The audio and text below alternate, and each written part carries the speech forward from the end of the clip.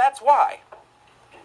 But what about the dates of Easter? Go to Genesis chapter 1, look at verse 14. It says, "And God said, let there be lights in the firmament of the heaven to divide the day from the night, and let them be for signs and for seasons and for days and years. And let them be for lights in the firmament of the heaven to give light upon the earth." And it was so.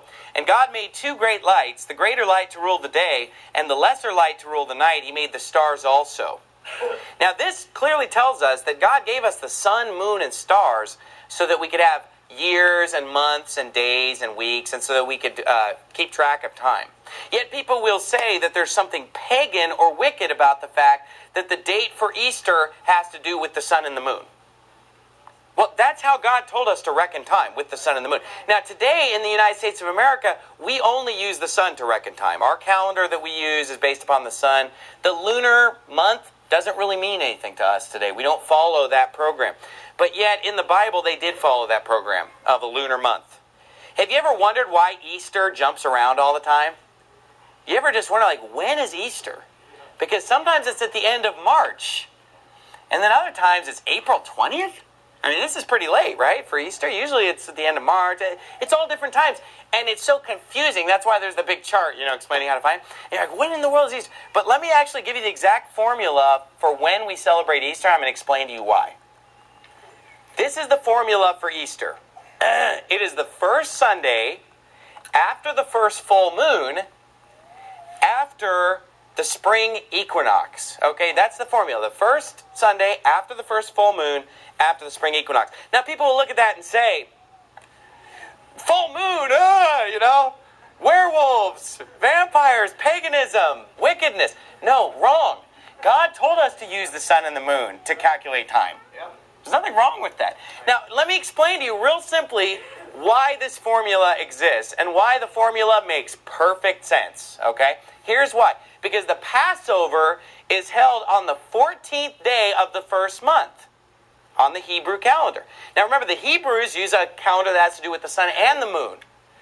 Therefore, the first day of their month is the new moon. Okay? So whenever there's a new moon, they're like, okay, new month. New moon, new month. Therefore, if the Passover is on the 14th day, isn't that about halfway through the month? 15th day starts the Feast of Unleavened Bread, halfway through the month.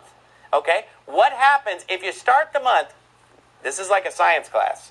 If you start the month on the first at the new moon, what do you have halfway through the month? A full moon, right? So therefore, the Passover would always be right around the time of the full moon, wouldn't it? Because they're always starting a month on a new moon. The full moon's on the 15th. The Passover is on the evening, and it goes from the 14th to the 15th, and then another week. So therefore, the full moon coincides with Passover. Always. Okay? Then, did Jesus Christ die on the cross on Passover? Yes. But did he rise from the dead on Passover? How many days later did he rise from the dead after he died on the cross? 3 days later. So he rose from the dead what? After the full moon or after the day of Passover, right?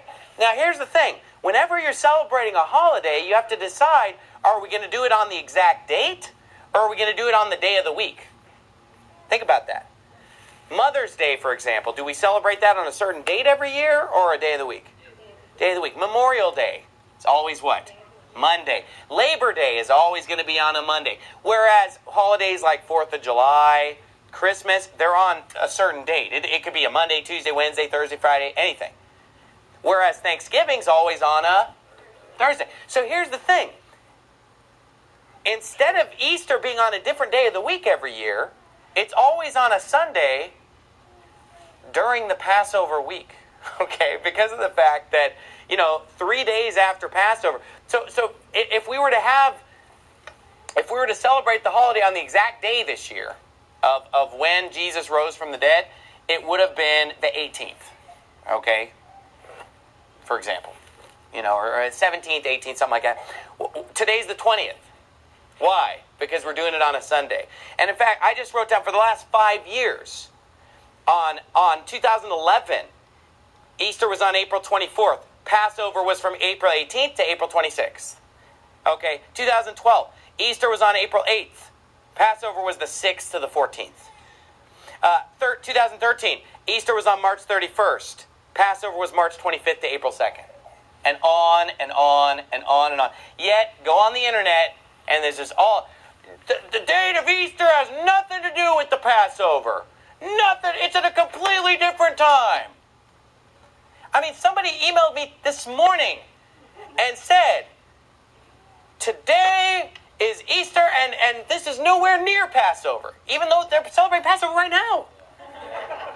But I'm telling you, there's a lot of fiction out there. There's a lot of just lies and fabrication out there. People just make things up. We need to prove all things. We need to test things. The reason we're celebrating Easter today is because this is the Passover week. The reason that we're celebrating Easter today is to celebrate the resurrection of Jesus Christ, and it's